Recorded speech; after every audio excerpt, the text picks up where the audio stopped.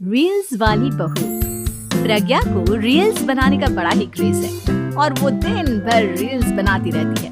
खाते पीते घूमते फिरते घर में कॉलेज में रील्स बनाने के कारण प्रज्ञा पूरे कॉलेज में हाईलाइटेड है। जहाँ उसकी रील्स सभी को पसंद आते हैं, वहीं मनीषा चिंता में डूबी रहती है। एक रोज जब खाते हुए प्रज्ञा रील्स बना रही होती है, तब मनीषा कहती है, एक मिनट भी चैन नहीं है इस लड़की को। ये नहीं कि खाना तो आराम से खा ले, लेकिन नहीं, अरे थोड़ी देर रील्स नहीं बनाओगी तो आसमान नहीं टूट पड़ेगा। अरे मम्मी, इसी को तो कहते हैं डिटर्मिनेशन। तुम नहीं समझोगी ये सब। भगवान, इस लड़की को सद्बुद्धि दे। जब देखो तब टेढ़ा बाका मुंह बनाती रहती है। मनीषा की बात का प्रज्ञा पर जरा भी असर नहीं होता और वो खाते खाते रील्स बनाती रहती है। दिन बीतने लगते हैं और देखते देखते प्रज्ञा का कॉलेज भी खत्म हो जाता है। आए दिन कोई ना कोई मनीषा को प्रज्ञा की शादी करवाने का सुझाव दे जाता है। सब ठीक ही कहते हैं, प्रज्ञा की शादी कर देनी चाहिए। अपने घर के काम काज में व्यस्त हो जाएगी तो खुद ही ये रील्स और नाच गाना बंद हो जाएगा। मनीषा और प्रेम प्रज्ञा के लिए एक अच्छा लड़का ढूंढने लगते हैं और तभी विकी का रिश्ता प्रज्ञा के लिए आता है, जिसने प्रज्ञा को उसकी रील्स देखकर पसंद कर लिया था। अगले दिन विकी अपने माता पिता के साथ प्रज्ञा के घर पहुंच जाता है और प्रज्ञा साड़ी पहने हाथों में चाय की ट्रे लिए उनके सामने आती है। जब विकी को पसंद है तो हमें भी बहू पसंद है। बहन जी, आप बारात की तैयारी कीजिए। एक बार लड़का लड़की अकेले में बात कर ले तो अच्छा रहेगा। हाँ हाँ, क्यों नहीं। मनीषा विकी को प्रज्ञा के कमरे में भेजती है, जहाँ प्रज्ञा पहले से ही रील्स बना रही होती है। तभी विकी कहता है, आ गए आपके साजन जी। हमारे साथ ये रील्स कंप्लीट करती तो और भी अच्छा रहता। अच्छा जी, अब आ ही गए हैं तो बना ही लेती हूँ आपके साथ। दोनों मिलकर रील्स बनाते हैं। जब वी मीट और तुरंत पोस्ट भी कर देते हैं। फिर विकी कहता है, जब आप साड़ी में चाय लेकर आए तब मुझे लगा कि कहीं मैं गलत घर में तो नहीं आ गया। अब सही है। दोनों की शादी पक्की हो जाती है और शादी के दिन भी प्रज्ञा रील्स बनाने से चूकती नहीं। यहाँ तक कि बारात के समय भी नाचते हुए रील्स बनाती है। सभी लोग प्रज्ञा की तारीफ के पुल बांध देते हैं और प्रज्ञा नाचती गाती अपने ससुराल चली जाती है। सब कुछ अच्छा चल रहा होता है। प्रज्ञा यहाँ भी दिन भर हर चीज की रील्स बनाती रहती है। लेकिन कुछ दिनों के बाद जब सुनीता कहती है, बहू, ये रील्स के साथ साथ कुछ काम भी कर लिया करो। वैसे तुझे और क्या क्या बनाना आता है? मम्मी जी, वैसे तो सब कहते हैं कि मैं सब कुछ अच्छा बनाती हूँ, लेकिन मुझे लगता है कि मैं मैगी अच्छा बना लेती हूँ। हाँ, कॉफी भी अच्छा बना लेती हूँ और मुंह तो सबसे अच्छा बना लेती हूँ। हैं?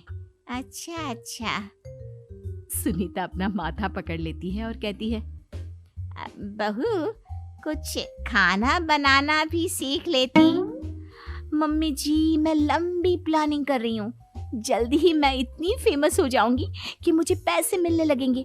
हम दोनों सास बहू राज करेंगे, राज। नौकर काम करेंगी और लोगों की तो लाइन लगेगी हमसे मिलने के लिए। तेरा दिमाग खराब हो गया है क्या बहू? हंसी मजाक तक ठीक है, लेकिन इस तरह घर नहीं चलते।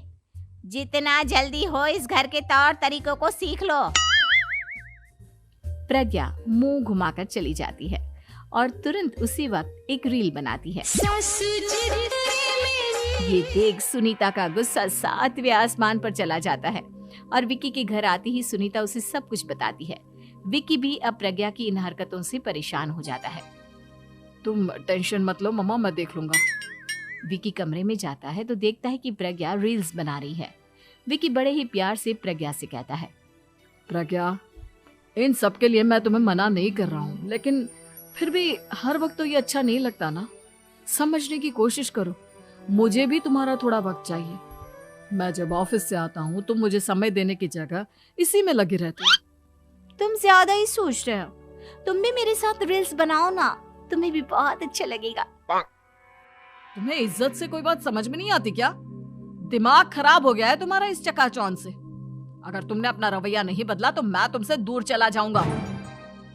तुम ही रिश्ता लेकर आए थे, मुझे लड़कों की कमी नहीं थी और ना आज है।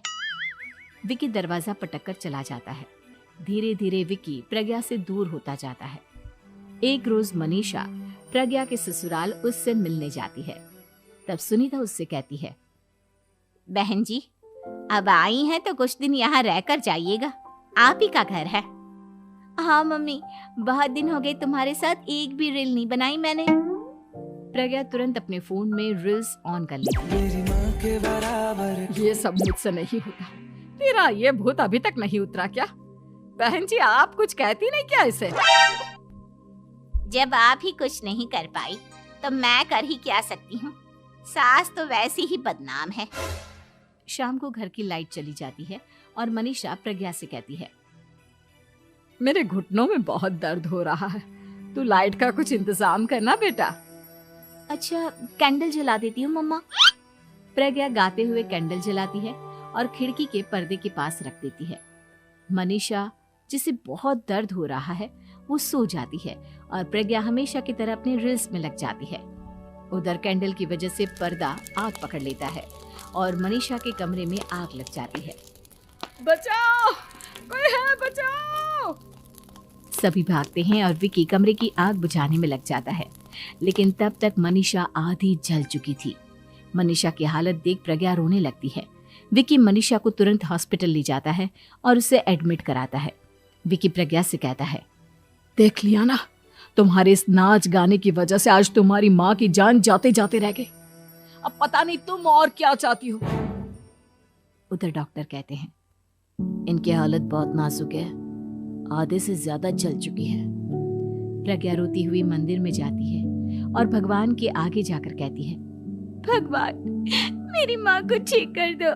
मैं कसम खाती हूँ हाथ से ये रील्स बनाना छोड़ दूंगी, बस मुझे मेरी माँ वापस मिल जाए। 2 दिन बीत जाते हैं और मनीषा खतरे से बाहर आ जाती है। पेशेंट अब ठीक है, आप लोग उनसे मिल सकते हो। सब कोई मनीषा से मिलता है और प्रज्ञा सबके सामने अपना फोन तोड़ देती है। मुझे माफ कर दो मम्मा, मैंने तुम लोगों की बातों को नजरअंदाज किया। बेटा, कोई भी चीज जरूरत से ज्यादा खराब है। मैंने तुम्हें रील्स बनाने से कभी मना नहीं किया, लेकिन हर वक्त एक ही चीज तो सही नहीं है।